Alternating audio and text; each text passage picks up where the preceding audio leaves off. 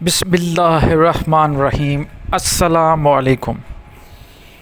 جس طرح مولانا رومی نے فرمایا کہ پرہیز کر پھر اپنی طاقت دیکھ، یہ پرہیز اصل میں خاموشی ہے۔ خاموشی میں اتنی طاقت ہے کہ انسان سوچ بھی نہیں سکتا۔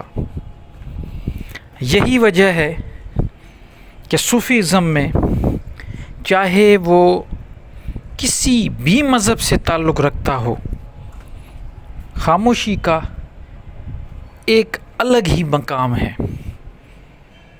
قرآن میں اللہ تعالیٰ نے بی بی مریم کو خاموشی کا روزہ رکھوایا۔ وہی مون ورت ہندوازم، بدھ مت، جین مذہب، ان میں یہ مون ورت رکھوایا جاتا ہے، جس کو ہم وہی خاموشی کا روزہ کہتے ہیں۔ تو ذکر خفی کا مطلب ہے خاموشی میں جو ذکر ہم کرتے ہیں وہ ظاہری طور پہ آپ کو ظاہر نہیں ہو رہا۔ جب آپ بول رہے ہیں تو آپ کی آواز باہر نہیں نکل رہی، تو وہ ذکر خفی ہے۔ مطلب یہ بھی ایک خاموشی کا ایک قسم ہے، اور یہی وجہ ہے کہ اس ذکر خفی سے انسان کی روحانیت میں بڑی طاقت آتی ہے۔ آپ اگر چاہتے ہیں کہ آپ کی روحانیت پروان چڑھے تو آپ اللہ کے ذکر کو ذکر خفی میں لے کے آئیں، کیونکہ اس سے یہ ہوگا کہ آپ کے جو پورا دن 24 گھنٹوں میں جتنا وقت بھی ذکر خفی کریں گے تو وہ ذکر خفی والا جو ٹائم ہے وہ خاموشی میں گزرے گا،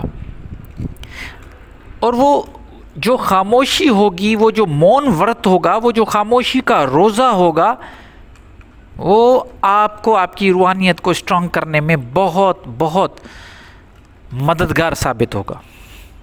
میں یہ بات کر رہا ہوں، آپ کو شاید لگ رہا ہوگا کہ یہ بڑا آسان ہے،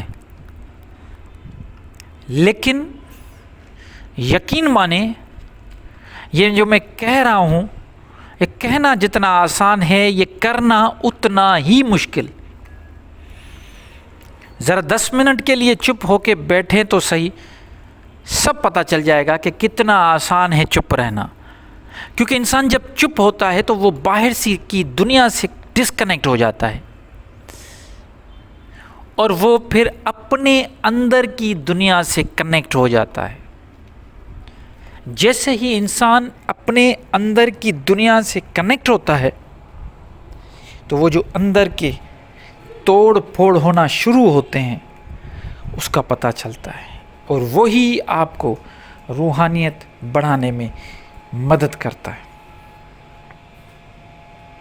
ذکر خفی میں جو بھی ذکر کریں، اس کا کوئی آپ کو، میں یہ نہیں کہوں گا کہ آپ فلاں ذکر کریں۔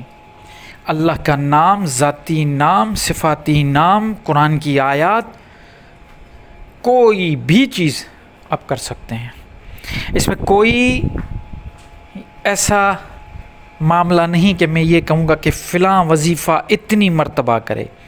تعداد کا بھی کوئی تعلق نہیں، نہ تعداد کا اس چیز سے کے ساتھ تعلق ہے، نہ کسی پرٹیکولر وظیفہ ورد کا کوئی تعلق ہے۔ اس کا تعلق صرف اور صرف اپنے آپ سے کنیکٹ ہونا ہے ذکر کے ذریعے۔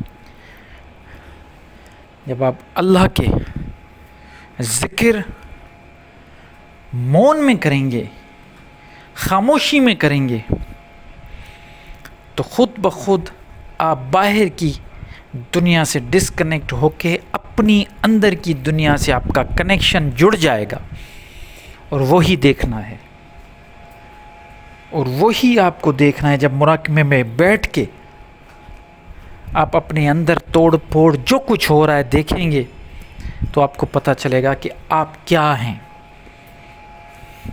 اپنی نفس کی پہچان کرنی ہے، اپنی قدر دیکھنی ہے کہ کیا قدر ہے، اللہ تعالیٰ نے ہمیں کس قدر بنایا،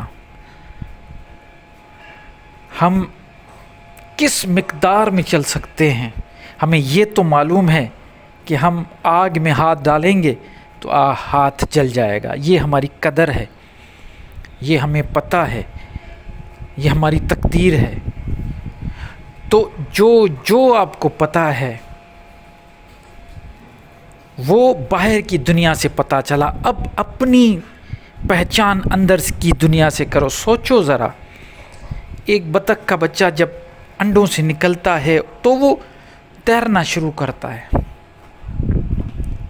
لیکن انسان کا بچہ اس کو 2 سال لگ جاتے ہیں۔ کیوں؟ سوال جواب، سوالوں پہ سوال، یہی سقراط نے کہا۔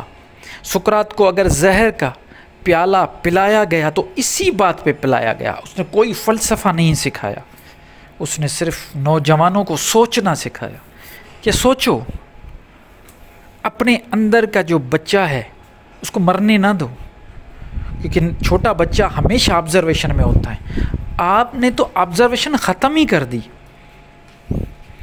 آپ تو ایسے ہو گئے کہ آپ کو پوری دنیا کی علم آپ کے پاس آ گیا ہے، جس چیز کا پوچھو آدھا گھنٹہ اس پہ بات کر سکتے ہو۔ آپ کبھی یہ سوچا ہے کہ جس پہ بھی بات کریں آپ آدھا گھنٹہ آرام سے بات کر لو گے؟